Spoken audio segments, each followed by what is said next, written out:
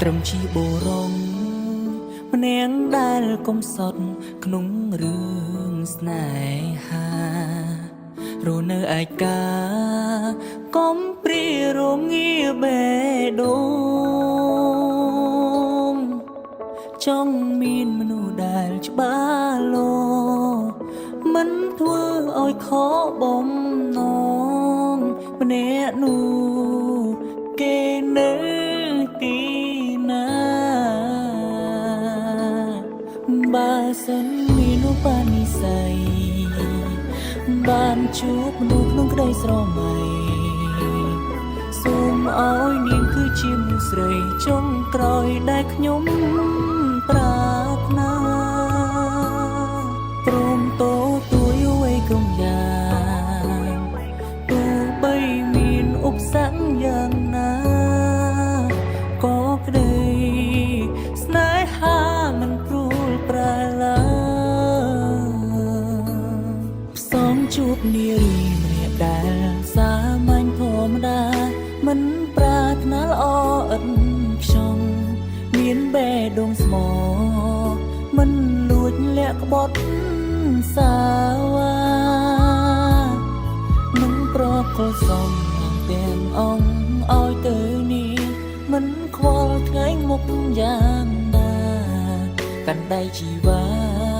មើលថែរក្សាដល់ចាំងកងខ្នង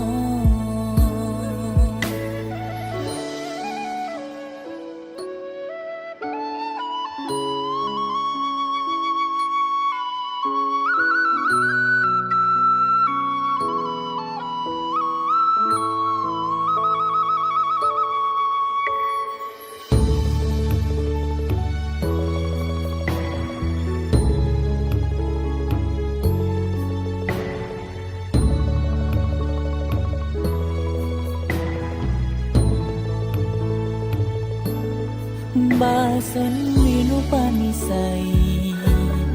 បានជួបមនុស្សក្នុងក្តីស្រមៃសូមឲ្យនាងគឺជាមនុស្សស្រីចុងក្រោយដែលខ្ញុំប្រាថ្នា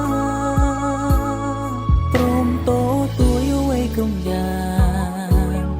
ទោះបីមានឧបសគ្គយ៉ាងណាក៏ក្តី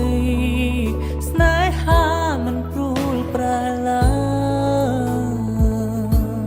ផ្សំជួបនារីម្នាក់ដែលសាមញ្ញធម្មតា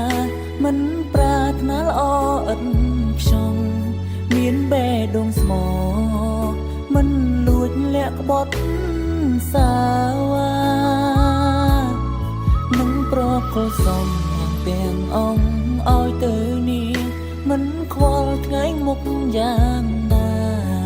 កាន់ដៃជីវ៉ាមើលថែរក្សាដល់ចាំងកងខ្នង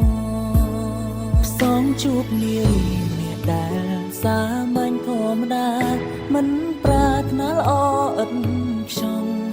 មានបេះដូងស្មោះមិនលួចលាក់ក្បត់សាវានឹងប្រកល់សំទាំងអង្គឲ្យទៅនេះមិនខ្វល់ថ្ងៃមុខយ៉ាងណាកាន់ដៃជីវ៉ាមើលថែរក្សាដល់ចាំង